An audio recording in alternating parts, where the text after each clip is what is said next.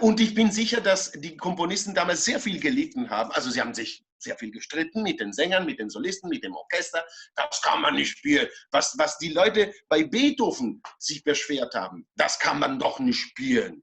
Als er seine letzten Streichquartette komponiert hat. Oder die letzte Sinfonie, die Leute, die waren verzweifelt. So, das kann man nicht, das ist nicht machbar.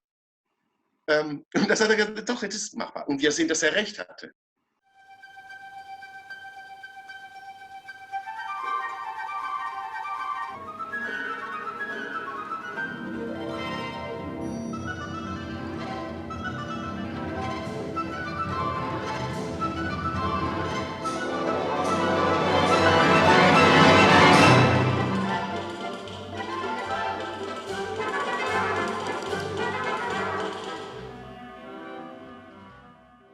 Grüß Gott, mein Name ist Julia Binek vom Karajan-Institut Salzburg und heute sind wir live zu Venedig zugeschaltet, zu Herrn Marco Comin. Ich freue mich, dass du da bist. Hi, Was machst du? Jetzt im Moment? Generell? Ja, generell in den letzten Tagen, ich glaube, nicht wahnsinnig mehr als die meisten. Also ich spiele viel, Cembalo, Und du bist Klavier. Dirigent. Ich bin Dirigent, aber ein Dirigent ohne Orchester ist ziemlich stumm, ne? Fühlt man sich so. Insofern, alles, was Musik betrifft, machen kann, ist, wie gesagt, Cembalo spielen, was ich sehr gerne tue. Lesen, Musik hören, mit den Kindern spielen natürlich auch. Ja, also es gibt Leute, denen es schlechter geht. Das, Und dann noch in Venedig, in so einer schönen Stadt. ja, gut. Ja. Hauptsache, diese Sache wird schnell erledigt, weil das betrifft uns alle. Egal, ob man in Venedig ist oder in New York. Ist einfach sehr, sehr schlimm. Und wie kamst du zum Dirigieren? Was hat dich dazu bewogen? Zwei Sachen hauptsächlich, würde ich sagen. Erstens das Repertoire. Also alle Stücke, die ich geliebt habe, als ich klein war oder so ein Teenager oder so, waren Orchesterstücke, Chorstücke. Ich habe Klavier studiert, ich habe dann Komposition studiert. In Venedig? Aber mich haben in Venedig. Ich habe ein Diplom gemacht und alles in Venedig. Dirigieren habe ich dann in Berlin studiert. Mhm. Aber als ich Klavierstudent war, haben mich, wie gesagt, hat mich ein Oratorium vom Händel oder eine Sinfonie von Beethoven oder von Brahms wahnsinnig viel mehr interessiert als eine Etüde von Chopin oder so. Und der zweite Grund ist eher, es ist ein bisschen anders. Ich war so neidisch, als ich im Konservatorium Klavier studiert habe. Meine besten Freunde haben alle ein Orchesterinstrument studiert. Bratsche, Violine, Klarinette.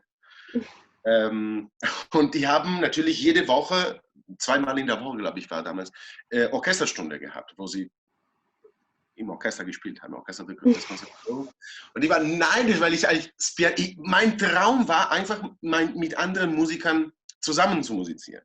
Also mir war das Klavierspielen allein so einsam und so blöd, dass ich viel lieber zum Beispiel Kammermusik gespielt habe als Klaviermusik. Und so wollte ich im Orchester spielen. Konnte ich nicht, weil mit Klavier hat man schlechte Karten. Es sei denn, dass man ein Stück spielt, wo Klavier im Orchester ist. Aber da gibt es nicht so viele.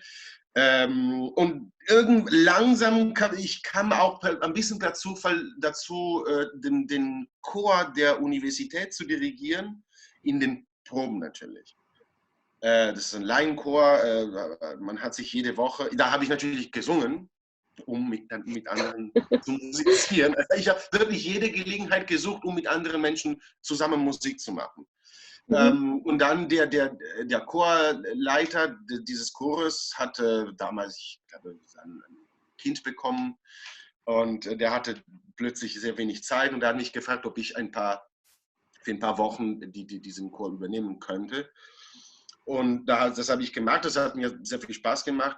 Ich habe gesehen, dass, ich meine, wenn ich mit anderen Leuten nicht spielen kann, dann kann ich zumindest auf der anderen Seite stehen und mit ihnen zusammen musizieren, obwohl ich kein Instrument mit ihnen spiele. Und so kam es langsam zum Dirigieren. Und wie gesagt, ich fand das sehr interessant, das Repertoire hat mich sehr interessiert. Und der Zufall, weißt du, manchmal ist das Schicksal auch. Genau in diesem Jahr, wo ich den Chor der Universität in Venedig geleitet habe für diese kurze Periode, waren zwei junge Frauen aus Berlin, die mit dem Erasmus-Projekt in Venedig waren und die haben im Chor gesungen. Und ich war mit ihnen befreundet und die haben mir vorgeschlagen, sie haben gesagt, wenn wir wieder in Berlin sind, können wir dir ein paar Broschüren schicken. Du könntest die Aufnahmeprüfung da versuchen. Ich war damals 21 oder so. 22, 21, ich weiß es nicht mehr. Und so haben sie es getan. Sie haben mir dann die Broschüren geschickt. Ich habe mich beworben. Ich habe kein Wort Deutsch gesprochen damals. Ich habe kein Wort verstanden, kein Deutsch, wird nichts. Ja, und so ging es los. Da habe ich in Berlin studiert, bin Dirigent geworden. Ja. Toll. Aber das hat dich dann mehr erfüllt und hat dich mehr glücklicher gemacht als das Klavierspielen. Absolut, absolut. Also mein Traum ist nie gewesen, Pianist zu werden, ehrlich gesagt. Ursprünglich wollte ich Komponist werden. Man hat mir schon sehr früh empfohlen, ein ernsthaftes Klavierstudium zu absolvieren, um Komponist zu werden. Und das war eine sehr weise Entscheidung, die ich dann getroffen habe, beziehungsweise war eine sehr gute Empfehlung, weil ich profitiere immer noch jetzt. Ich spiele seit Jahren nicht mehr als Pianist, also sehr Pianist. Aber es ist enorm wichtig, dass ich meine Partituren zum Beispiel am Klavier spielen kann, lernen kann, egal ob es eine Oper ist oder eine Sinfonie oder ein Oratorium.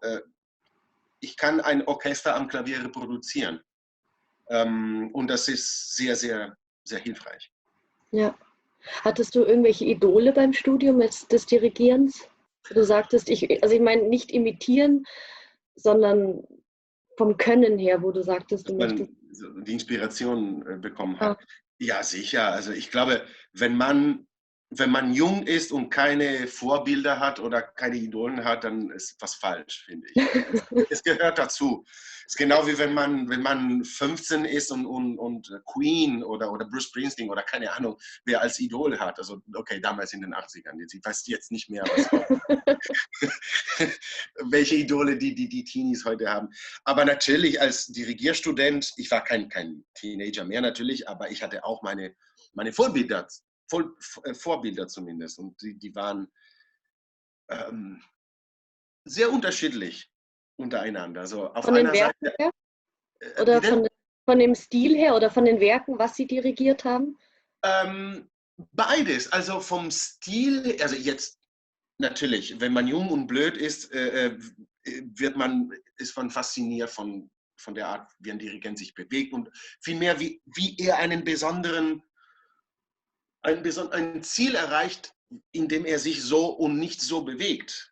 Und das ist das Äußerliche ist das Erste, was man sich merkt, natürlich. Und da war ein Idol, Entschuldigung, war bestimmt Abbado. Claudio Abbado ist sehr wichtig für meine Formation gewesen, für meine Studiumsjahre. Auch weil da ich in Berlin studiert habe, da waren seine letzten Jahre in Berlin als Chefdirigent. Und ich habe das Glück gehabt, den Übergang zu erleben, also seine letzte Zeit da und die erste Zeit, wo er als Gast gleich zurückgekommen ist. Ich werde nie vergessen seine 6. Sinfonie von Mahler. Ich glaube, das war das erste Konzert, was er als rückkehrender Gast dirigiert hat. Und ich kriege jetzt nochmal Gänsehaut, wenn ich daran denke. Ich hatte auch das Glück, die Proben zu hören. Also natürlich, es war nicht erlaubt. Aber ich hatte einen Freund, der mich reingelassen hat. Und Abbado war wirklich sehr wichtig für mich. Bernstein ist eine große Quelle von Inspiration gewesen, obwohl es völlig anders ist als Mensch, als Künstler, als als Ästhetik völlig anders als Abbado ist.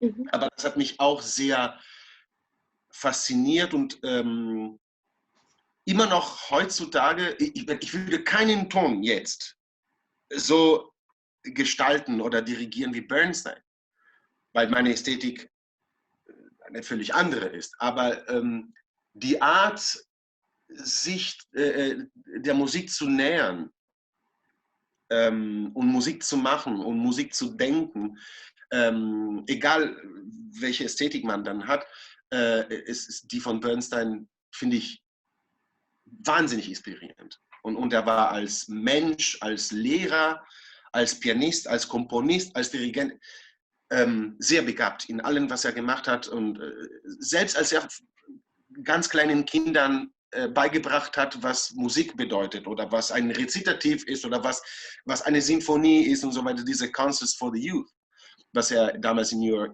glaube ich, New York gemacht hat. Die sind so genial. Und das hat mich sehr fasziniert. Und dann gab es andere Figuren aus einer anderen Branche, könnte man sagen. Und zwar alle, besonders zwei Dirigenten oder Musiker vielmehr, die waren keine Dirigenten, also vielmehr Musiker aus der Barockszene. Ich bin ein sehr leidenschaftlicher Barockmusiker, auch. Und da haben mich John Eliot Gardiner und Christopher Hogwood unter anderem sehr, sehr inspiriert. Ich habe beide kennengelernt, beide jetzt assistierten nicht, aber zugehört und zugeschaut bei der Arbeit in London, in Berlin, in Weimar. Mhm. Und das war auch eine sehr, sehr wichtige Begegnung für meine Laufbahn. Inspirierend. Ja. Und wenn du dich jetzt für einen Auftritt vorbereitest, wie machst du das konkret? Hast du eine besondere Hörvorstellung, wie der Klang zu klingen hat, oder entwickelt sich das von den Proben heraus? Naja, natürlich habe ich ein Bild, einen Klang im Kopf. Ich weiß, wie das Stück klingen soll. Natürlich muss man entscheiden, wie heißt das, voneinander trennen. Wenn es ein Stück ist, was ich schon mal dirigiert habe, dann weiß ich natürlich, wie es klingt. Wenn es ein Stück ist, was ich zum ersten Mal vorbereite, dann gehe ich, das Erste, was ich tue, ist das Stück am Klavier spielen. Besonders Passagen, die besonders kontrapuntistisch sind oder die Komposition sehr dicht ist. Aber ich arbeite auch sehr gerne am Tisch. Normalerweise fange ich von den großen Strukturen an und dann gehe ich immer mehr ins Kleinere.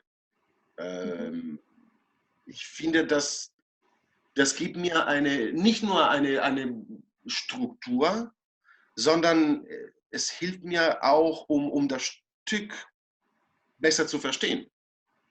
Weil ich bin der Meinung, dass wenn man die Struktur eines Stückes nicht klar im Kopf hat, dann kann man nicht genau wissen, wo das Stück hingeht, was der Komponist damit, was er sagen wollte. Ne? Und besonders bei einer Sinfonie zum Beispiel, die Form ist wahnsinnig wichtig. Nicht nur in einer Sinfonie von Beethoven oder von Brahms, wo wir alle wissen, Sonatenform, erster Satz, Exposition, Durchführung, Reprise. Aber selbst da ist interessant zu wissen, wo die Reprise zum Beispiel anfängt, wie die Durchführung gebaut wird. Aber das ist besonders bei späteren Komponisten wie Mahler zum Beispiel, wie Bruckner. Bei Mahler, ich bin immer noch nicht sicher in der dritten Sinfonie von Mahler, wo die Einleitung aufhört und wo die Exposition anfängt im ersten Satz. Aber das finde ich sehr faszinierend und sehr interessant und deswegen mag ich sehr erstens vom weit weg anzufangen, die großen Strukturen, genau wie ein Haus bauen, erstmal die Mauer und dann machen wir den Dach und so und dann fangen wir an mit den Türen, mit den Fenstern und dann die Details, Dynamik zurück zur Musik. Also so bereite ich mich ungefähr vor. Und wenn es eine Oper ist, dann natürlich den Text einfach vor mich hin rezitieren, einfach den Text lesen und nochmal und sprechen, so als ob ich nicht mal ein Sänger, sondern ein Schauspieler wäre. Und dann auch singen. Also ich habe sehr gerne gesungen, auch in meiner Jugend. Das mache ich immer noch und ich finde es sehr wichtig, weil wenn man selber gestalten kann, also eine Gesangsmelodie und man fühlt, dass dieses Tempo oder diese Art zu phrasieren, diese Agogik, wenn das sich angenehm anfühlt und man hat den gesagt, okay, es könnte gut sein für einen Sänger, dann kann man weitermachen. Also man muss man aber selber auf seiner Haut sozusagen erstmal testen. Aber hast du etwas, auf was du besonders viel Wert legst? Bei einem Orchester oder bei einem Dirigat? Persönlich? Ja, also auf jeden Fall ist für mich das Stück und der Komponist das allererste. Also Alpha und Omega. Ich könnte selbst, ich bin sicher, dass viele von den Entscheidungen, die ich treffe, konkret falsch sind. Also wenn man fragen könnte, wenn man Mozart fragen könnte oder Beethoven oder Verdi fragen könnte, hör dir mal den Kamin an, hat er genau das gemacht, was du dir vorgestellt hast? Die würden bestimmt Nein sagen in vielen Sachen. Also das betrifft nicht nur mich, bin ich sicher. Wir sind Menschen und wir machen Fehler. Aber der Punkt ist, dass ich nie mich für etwas entscheiden könnte, wo ich wüsste, das hat mit dem Wunsch des Komponisten nichts zu tun. Das schaffe ich einfach nicht. Es wäre wie eine Frau zwingend zum Tanzen. Wenn sie nicht tanzen will, dann ist es auch nicht schön. Deshalb also ich habe mich schon früh angewöhnt, die sogenannte Tradition jetzt nicht völlig zu ignorieren, aber irgendwie nicht so viel Wert drauf zu legen. Weil es gibt natürlich Sachen, wo es auch einen Grund gibt, warum sie, besonders bei Komponisten, die nicht so früh gelebt haben. Also sagen wir Puccini, Lehar, keine Ahnung, Komponisten, die Anfang des 20. Jahrhunderts noch gelebt haben, wo man eine mehr oder weniger direkte Verbindung hat durch Interpreten, die dann Schüler gehabt haben, die noch leben zum Beispiel, also so eine direkte Art, eine Tradition. Dann gibt es und dann versteht man, okay, jetzt verstehe ich, warum hier ein Rallentando gemacht wird. Und zwar, jeder macht das. Es wäre wie gegen die Wand fahren, wenn ich hier kein Rallentando machen würde, weil es fühlt sich einfach nicht bequem an. Es gibt aber sehr, sehr viele Traditionen, die ich nicht verstehe, die keine Verbindung zu dem jeweiligen Komponisten haben, die aber gar nicht unentbehrlich sind. Und da bin ich vielleicht stur, bin ich vielleicht so Steinbock, also das Sternzeichen, aber da kann mich keiner überreden, diese Tradition zu übernehmen. Also der Text ist wie Beispiel? Eine Puccini-Oper, eine Verdi-Oper, eine Brahms-Sinfonie. Warum soll man da eine Fermate machen? Weil die Sängerin schon damals den Komponisten so genervt hat, weil sie einfach angeben wollte und eine Zirkusnummer machen. Ist egal. Die Zirkusnummern sind mir egal. Und ich bin sicher, dass die Komponisten damals sehr viel gelitten haben. Also sie haben sich sehr viel gestritten mit den Sängern, mit den Solisten, mit dem Orchester. Das kann man nicht spielen. Was die Leute bei Beethoven sich beschwert haben, das kann man doch nicht spielen. Als er seine letzten Streichquartette komponiert hat. Oder die letzte Sinfonie, die Leute, die waren verzweifelt. Das kann man nicht, das ist nicht machbar. Und das hat er gesagt, doch, das ist machbar. Und wir sehen, dass er recht hatte. Mahler, genau das Gleiche. Wo die Orchestermusiker aufgestanden sind, das ist keine Musik. Sänger bei Verdi, bei Händel. Händel hat eine Sängerin am Hals hier gehalten am Fenster und er hat ihr gedroht, sie rauszuwerfen, wenn sie nicht die Arie singen würde, wie er die komponiert hat. So weit komme ich natürlich nicht. Ich bin ein sehr friedlicher Mensch. Aber wenn man die sind natürlich, viele sind Anekdote, aber wenn man weiß, wie sehr Wagner, Händel, egal welcher Komponist aus welcher Zeit, wie sehr diese Leute gelitten haben, weil die Interpreten so bescheuert waren und nicht die Intention des Komponisten gefolgt haben, sondern ihre Vision des Stückes.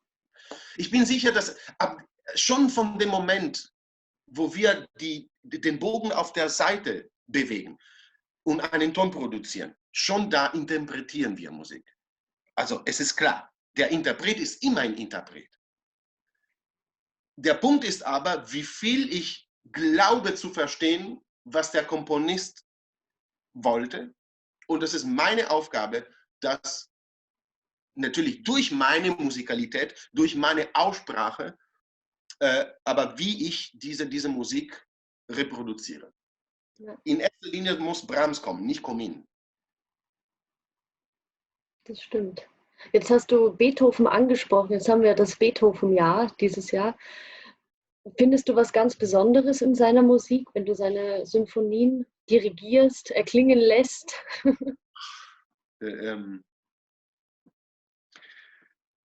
Naja, wenn du einen evangelischen Gläubiger fragen würdest, glaubst du, was gibt es so besonders an Martin Luther? Fragen würdest. Also da entweder hast du sehr viel Zeit und wir bleiben hier ein paar Tage und ich kann dir sagen, was ich Beethoven so unglaublich finde. Nee, das ist wirklich, Beethoven ist einfach eine Figur, die wie Picasso. Mhm. Er hat die Musikgeschichte einfach geändert. Er hat umgeblättert. Er hat das Buch des Musiklebens, der Musikgeschichte genommen und er hat umgeblättert. Und zwar ohne Möglichkeit wieder zurückzukommen, wo man vorher war. Und das ist schon, finde ich, schon von den ersten Klaviertrios des Opus 1 klar, wo er noch jung war und man sagt, ja, man hört noch in den ersten Klaviersonaten, in den ersten Klaviertrios, man hört noch den Einfluss von Haydn, von Mozart. Naja, bei Brahms, bei der ersten Sinfonie von Brahms hört man natürlich den Einfluss von Beethoven und von Schumann. Und das ist nichts Neues. Aber man hört bei diesen enormen Komponisten, bei diesen Genien, hört man von, selbst bei Werken, die der Jugend gehören, hört man schon, dass sie eine ganz besondere Persönlichkeit hatten und dass sie eine Musiksprache für sich entwickelt haben. Jedes Werk, aus jeder, sagen wir mal, Periode, ich mag das Wort nicht Perioden, es klingt so sehr nach Archiv irgendwie. Ne? Erste Periode, zweite Periode. So, wann fängt Barock an? Ja, genau, 1750. Das ist Quatsch. Also, aber tatsächlich finde ich bei Beethoven jede Art, jedes Genre, jede Zeit, ich kann darauf nicht verzichten. Tut mir leid. Ich kann vielleicht, ja, also ein paar Opern von Puccini muss ich nicht dirigieren.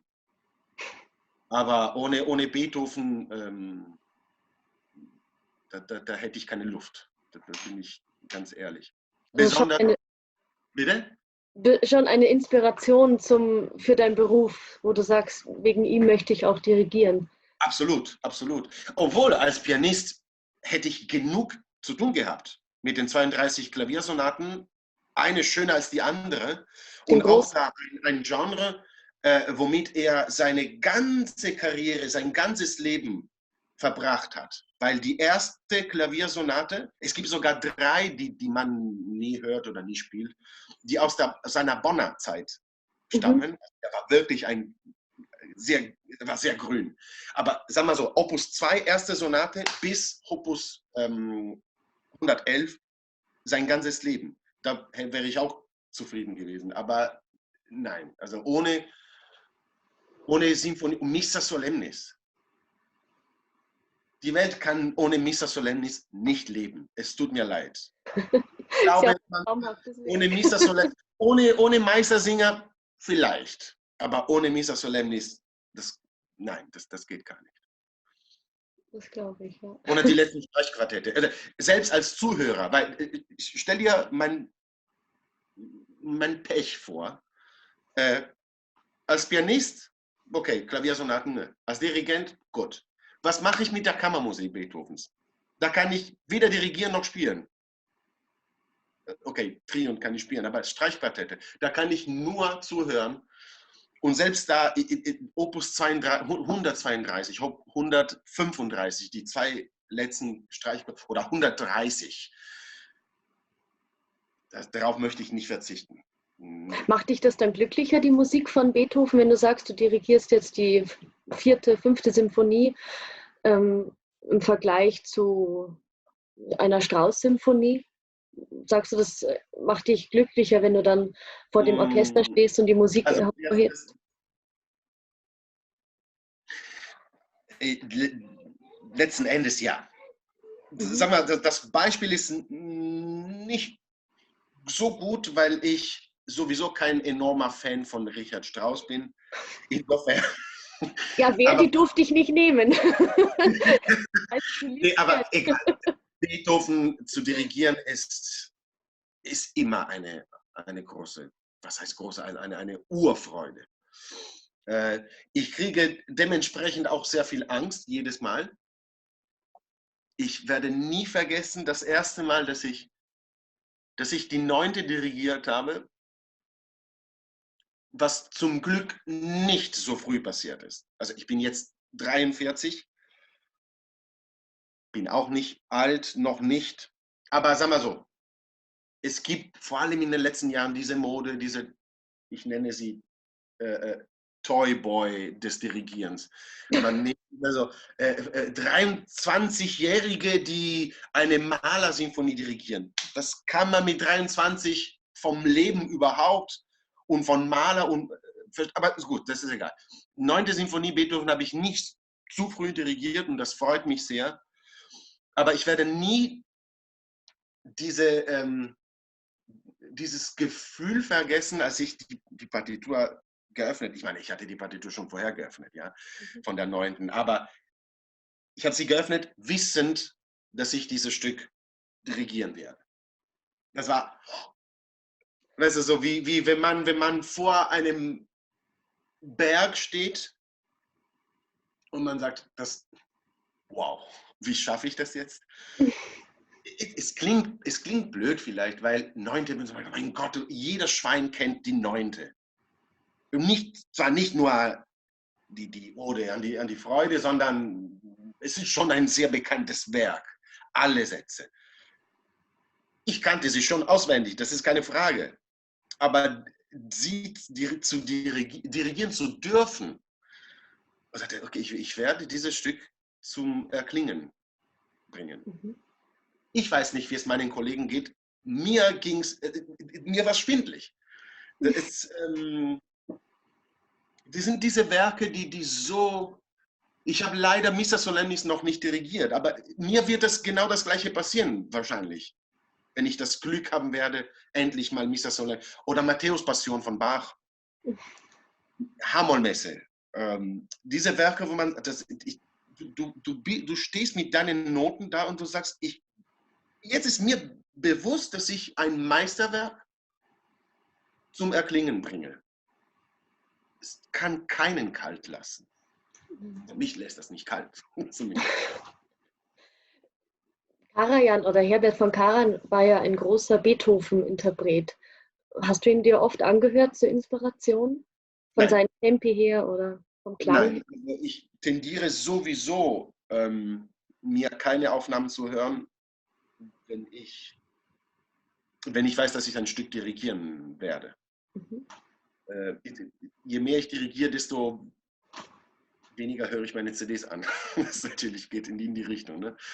Nein, aber selbst als ich mir Aufnahmen doch gehört habe, als Student zum Beispiel, war Karajan nicht unter denen, oder bei Beethoven, sagen wir bei Beethoven, nicht einen, den ich besonders, also interessant fand ich das schon natürlich, aber das war nicht so, dass ich mir unbedingt Karajan anhören wollte, um diese Stücke besser zu penetrieren oder zu verstehen. Also ich bin sicher, dass er der hat mehrmals alle 9 Sinfonien aufgenommen und auch da in seiner ganzen Karriere, von ganz früh an in London und dann die letzte Aufnahme in den 80ern, ein paar Jahre bevor er gestorben ist. Insofern hat er sich mit diesem Komponisten und seiner Musik sehr intensiv beschäftigt und der ist bestimmt einer der wichtigsten Interpreten. Aber mich persönlich hat diese Ästhetik nicht so, wie kann ich sagen, nicht so interessiert als Dirigent. Ich bewundere immer noch Karajan sehr, weil um das zu erreichen, was er erreicht hat, muss man nur Karajan sein. Der war einfach geschaffen für diesen Beruf und zwar in der Art, wie er diesen Beruf ausgeübt hat. Ja. Die Figur des Dirigenten wäre anders jetzt, hätte es keinen Karajan gegeben. Diesen Star-Dirigenten gab es schon vorher. Toscanini, Stokowski, Furtwängler. Es war schon die Zeit, wo der Dirigent ein Star war. Aber was Karajan aus diesem Metier gemacht hat, ist unglaublich. Da hat der Dirigent angefangen, wirklich ein Star nicht nur unter den Musikliebhaber zu sein, sondern für die ganze Welt. Man hat in den Plattenläden Platten von Karajan gefunden, die genauso gut verkauft haben als die neue LP von Beatles. Und das war vorher nicht der Fall. Und jetzt jenseits der Oberflächlichkeit, weil seien wir ehrlich, das ist Peanuts. Nicht deswegen machen wir Musik. Sein Klang, man muss erstmal so einen Klang produzieren. Das schaffen nicht alle. Das wollen auch nicht alle. Aber die Sinnlichkeit, die Erotik dieses Klanges ist nicht zu überhören. Einzigartig, glaube ich. Also man hört es raus. Ja. Du hörst den Klang und sagst, das ist Karajan. Ja. Genau wie wenn du Glenn Gould hörst spielen und sagst, das ist Glenn Gould. Kannst du nicht mit Rubinstein verwechseln. Und Karajan im Guten wie im Schlechten. Aber diese Faszination des Klanges ist was ich immer wirklich bewundert habe. Und zwar nicht für meine, ich habe das nicht, wie kann ich sagen, nicht versucht zu imitieren, weil ich diesen Klang nicht haben wollte. Meine Ästhetik ist einfach anders als die von Karajan, aber mit Komponisten geht es mir genau so. Es gibt Komponisten, die ich nicht unbedingt dirigieren muss, die ich aber sehr bewundere, weil sie verdammt gute Komponisten waren. Nur, wir sprechen miteinander nicht. Wir haben nicht so wie Mozart, um zurück zum ja. Eins wird mich noch total interessieren, weil du kommst ja aus Venedig, Antonio Vivaldi kam aus Venedig. Es gibt ja die Aufnahme mit der Anne-Sophie Mutter von Karajan, die relativ umstritten ist, da sie sehr intensiv von den Tempi ist, sehr klassisch, wird gesagt, klassisch dirigiert. Wie würdest du das als Venezianer Dirigent kritisieren, oder? Man muss kein Venezianer sein, um um darüber zu sprechen, weil, naja, weißt du, es betrifft nicht nur die 4 Jahreszeiten oder nicht nur Vivaldi, sondern es betrifft die ganze Musik vor dem 19. Jahrhundert, wenn Karajan sie aufgeführt oder auch sogar aufgenommen hat. Und auch nicht nur Karajan. Also hören wir uns an den Messias mit Bernstein oder die Hammond-Messe mit Furtwängler. Also ich glaube nicht, dass diese zwei barocker waren als Karajan. Also, das war einfach die Zeit, so hat man die Musik des Barock aufgeführt. Insofern, es ist jetzt nicht nur Karajan, der Vivaldi so aufgeführt hat. Was ich darüber sagen kann, ist aber, und das ist wieder zurück zum anderen Thema, was wir vorher besprochen haben, selbst da gibt es den Klang Karajan. Vergessen wir jetzt, stilistisch ist klar, es ist nicht barock, es ist nicht diese Aufführungspraxis, die später gekommen ist, hat nichts mit dem Vivaldi oder mit dem Bach oder mit dem Händel von Karajan oder von Bernstein zu tun. Aber bei Karajan, dazu kommt dieser Klang, dieser Karajan-Klang ist. Egal, ob er so getan hat, als ob er vom Cembalo dirigiert und dann gab es einen zweiten Cembalisten. Der Videoaufnahme, weil man sieht, der spielt und dahinter ist ein anderer Cembalist, hinter den Besten. Der Klang war der Klang Karajan. Ob er Vivaldi dirigiert hat oder Strauss, er strebte nach diesem Tenuto, nach diesem Legato-Klang. Also, jeder Ton ist in den nächsten reingegangen, wie ohne Naht, als ob wie ein Stoff, was seit Millionen Jahren genäht wird und man weiß nicht, wo es anfängt und wo es enden wird. Ne? Das ist faszinierend, aber das ist Karajan und nicht besonders Vivaldi. Aber es klang fantastisch, die Aufnahme. Ja. Wie gesagt, es spricht mich nicht an, weil ich eine andere Ethik habe und andere Wünsche. Verstehe mich nicht falsch, ich musiziere, wie ich musiziere, nicht, weil ich wie ein Calvinist, der sagt, so muss es sein und sonst. Ne. Nein, ich mache das so, weil es mich glücklich macht. Ein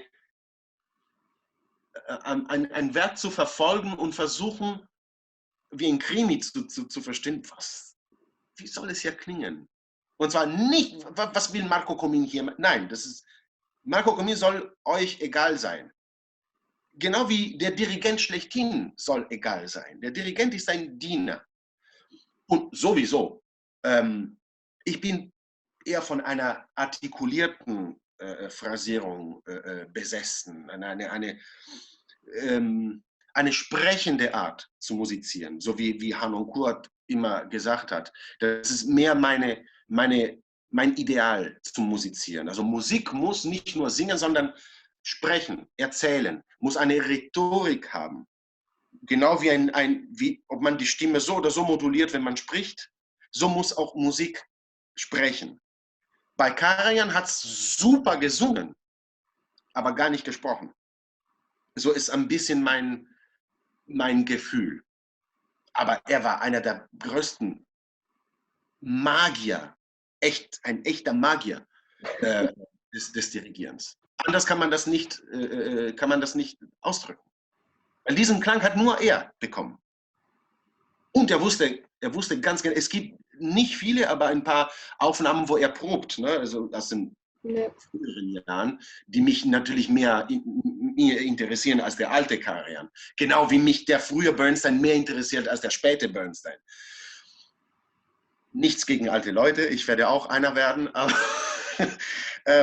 naja, weißt du, ich finde, es gibt eine Energie, eine Art von Energie, die man hat bis zu einem gewissen Punkt. Auch wie der Kopf funktioniert. Mhm. Vorher ist es zu früh, ist man zu blöd. Danach ist man irgendwie, weiß ich nicht. Aber der mittlere Karajan, so 50er Jahre, das ist der wirklich die größte Faszination für mich. Und es gibt diese Aufnahmen, wo er mit den Wiener Symphonikern, glaube ich, 4. Sinfonie von Schumann probt. Das sieht man natürlich, wusste er ganz genau, dass da Kameras sind, dass er gefilmt wird, und zwar von welchem Punkt, wie die Haare stehen sollten. Aber was er da haben wir eine kleine Möglichkeit zu erleben, wie er diesen Klang gebaut hat. Ich weiß immer noch diesen Anfang, dieses Unisono, und dann, wo die ersten Violinen mit der Flöte zusammen, und da sagt er, wie er den Klang sagt er, zu dem Flötisten sagt er, zu dem Violin sagt er, Sie müssen so einen Klang produzieren, damit man die Flöte da hört. Und damit die Flöte sich mit ihrem Klang mischen kann. Und er verbringt, ich weiß nicht, 10 Minuten mit den ersten Takten des ersten Satzes. Undenkbar heute.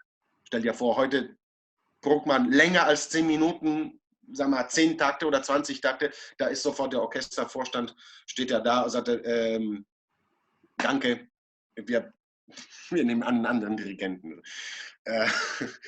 Schade eigentlich.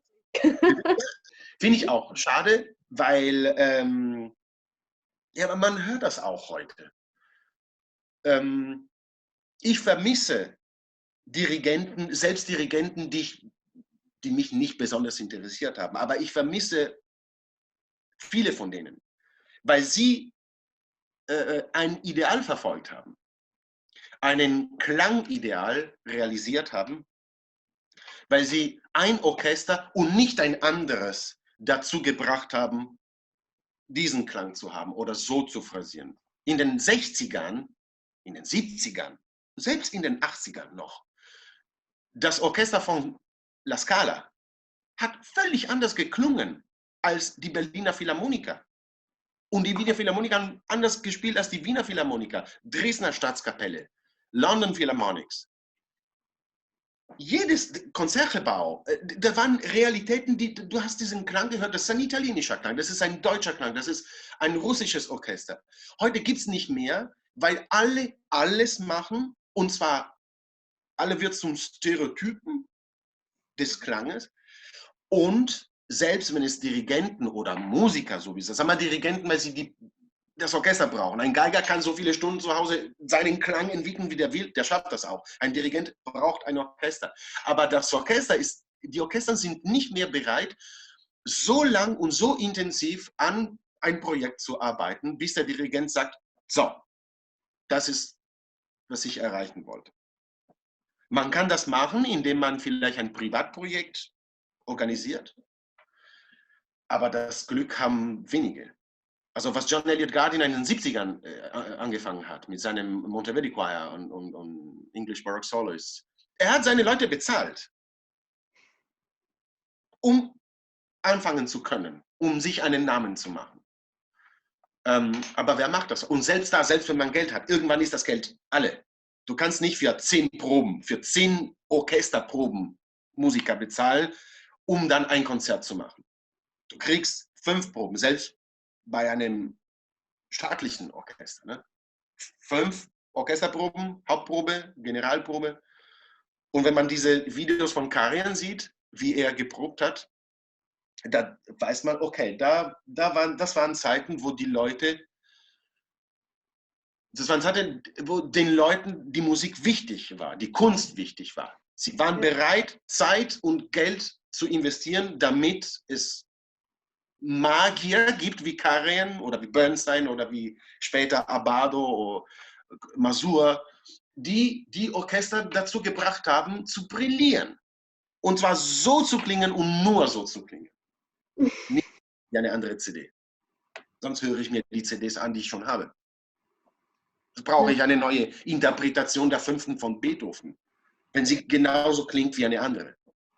Kann man nicht neu interpretieren, sonst müsste man sie neu schreiben. Ja, weißt du, da kommt man ein bisschen zurück zu meinem Thema. es kommt darauf an, was man mit interpretieren versteht. Interpretieren heißt für mich, von einem Text auszugehen und diesen Text so musikalisch intelligent und logisch wie möglich zum Erklingen zu bringen. Nach dem Rezept vom Komponisten. Ich gebe dir ein Rezept, so macht man Flammkuchen. Du musst diese Zutaten benutzen und zwar sie so und so benutzen. Ein bisschen ist bisschen Spielraum. Ja, natürlich kommt die Seele und dein musikalischer Instinkt und alles, was du willst. Es ist genau, du kannst einen Text von Shakespeare so minutiös, so genau wie möglich auf der Bühne spielen und sprechen, sodass die Leute alle davon überzeugt sind, das ist Shakespeare. Er hat kein Komma hinzugefügt oder weggelassen. Du machst das aber mit deiner Stimme, mit deiner Aussprache, mit deiner Körpersprache. Und das ist beim Musizieren genauso. Es ist möglich, treu dem Komponisten und dem Werk zu bleiben und trotzdem zu sich selbst, zu seiner eigenen Stimme, nennen wir sie so. Wenn aber die Idee, und wenn man das so sieht, so ist meine Idee zum Beispiel, meine Meinung zumindest, wenn man das Konzept von Interpretation so sieht, dann muss man weiterhin die Fünfte von Beethoven spielen. Weil sowieso, diese Werke wurden komponiert, um live gehört zu werden, nicht aus der Konserve. Das heißt, schon die Idee, dass man die Fünfte Sinfonie irgendwo spielt, man muss hingehen. Man muss die Fünfte hören, und zwar live. Wenn aber die Idee, Interpretation ist, ich muss irgendwie eine neue Seite und neue Aspekte, keine Ahnung. Es kann schon sein, dass Pollini hat Beethoven und Chopin zum Beispiel in den 70er Jahren. Maurizio Pollini hat einen Beethoven und einen Chopin gespielt, die unerhört waren vorher. Er hat Aspekte gezeigt, wo man sagt, das ist Chopin? Wow. Ja, die Struktur in Chopin, der Kontrapunkt, die Erbe von Bach und den großen Komponisten vor Mozart und Beethoven, das hat man vorher kaum mit Chopin verbunden. Ne? Zum Beispiel. Er hat aber Chopin gespielt. Und gut, in der Oper, wenn man über die Oper spricht, da gibt es die größten Verbrecher natürlich, wenn es darum geht, ein Text, sei es ein Libretto oder einen musikalischen Text zu vergewaltigen, weil das passiert sehr oft. Ich werde nie eine Aufführung als Othello Oper vergessen. Es war wirklich sehr gut dirigiert. Wo? In Kassel war das. In Kassel, ja, das war ein Event für mich. Das war mein erster Othello. Und ja, das war wieder so ein Werk, wo ich dachte mir, irgendwie bin ich im Himmel. Also es kann nicht. Ich dirigiere Othello, ey. Ja, aber wie gesagt, die Werke, der Clint Eastwood, natürlich eine völlig andere Metier, aber der hat das gesagt, the story is the king. Und für mich ist the story is the king. Die Geschichte, also die Story, der Komponist, der König, das ist mein Arbeitsgeber. Ja. Offiziell ist der Intendant natürlich.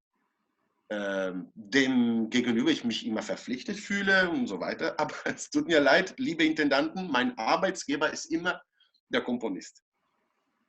Da schlägt mein Herz. Ja, total interessant. Vielen Dank für dieses tolle Interview. Danke dir.